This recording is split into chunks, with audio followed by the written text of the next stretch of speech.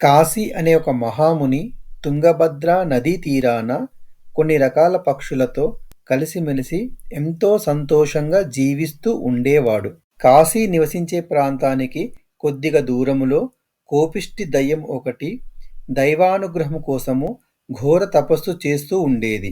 కోపిష్టి దయ్యము తపస్సు చేసే ప్రాంతానికి ఒక చిలక వస్తుంది. ఆ చెట్టుపైన పళ్ళు చాలా అందంగా కనిపిస్తాయి. ఆ పండ్లను తిందాము అని చెప్పి వెళ్ళి ఒక పండును తినడం మొదలుపెడుతుంది. ఆ చిలక ఆ పండును ఎంతో సంతోషంగా తినే సమయంలో పొరపాటున ఆ పండు కిందికి పడుతుంది. పండు మీద పడగానే తన యొక్క ఘోరమైన తపస్సు విఫలమైనదని కోపంతో ఆ కోపిష్టి దయ్యం చిలకకు శాపం పెడుతుంది. ఈ రోజు నుంచి నువ్వు నల్ల రాయిగా మారి ఇదే చెట్టు పైన జీవిస్తూ ఉండు అని శపిస్తుంది. మహాముని అయిన కాశీకి వేరొక చిలక జరిగిందంతా వివరిస్తుంది. కాశీ కోపిష్టి దయ్యం ఉండే ప్రాంతానికి బయలుదేరుతాడు.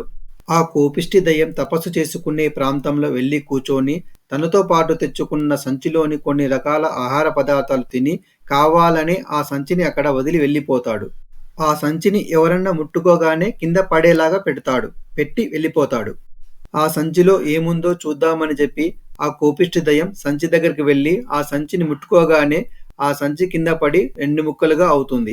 ఇంతలో అక్కడ చేరుకున్న కాశీ కోపిష్టి దయ్యంతో ఇలా అంటాడు. ఇతరుల వస్తువులను ముట్టుకొని దాన్ని విరగొట్టడం తప్పు గదా అని అంటాడు.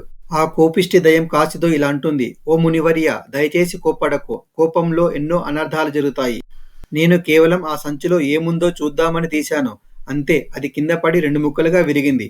నేను కావాలనేది విరగొట్టలేదు. పొరపాటున జరిగింది. కాబట్టి నన్ను క్షమించు అని అంటాడు. మరి నువ్వు తపస్సు చేసే సమయంలో ఆ చిలక తినే పండు పొరపాటున కింద పడింది. మళ్ళీ ఎందుకు చిలకకు శాపం పెట్టావు అని అంటాడు. నన్ను క్షమించు మునివర్య. కోపంతో నేను చేసిన ఒక చిన్న పొరపాటుకి ఒక అమాయకపు చిలక బలి అయినది. వెంటనే దాన్ని విముక్తి చేస్తాను అని చెబుతాడు. వెంటనే చిలకకు విముక్తి కలిగిస్తాడు. కాశీ ఆ కోపిష్టి దయ్యంతో ఇలా అంటాడు. చూడు, ఇక ముందు అయినా నువ్వు జాగ్రత్తగా ఉండు. దయచేసి కోపంలో ఏ నిర్ణయాలు తీసుకోవద్దు అని చెబుతాడు.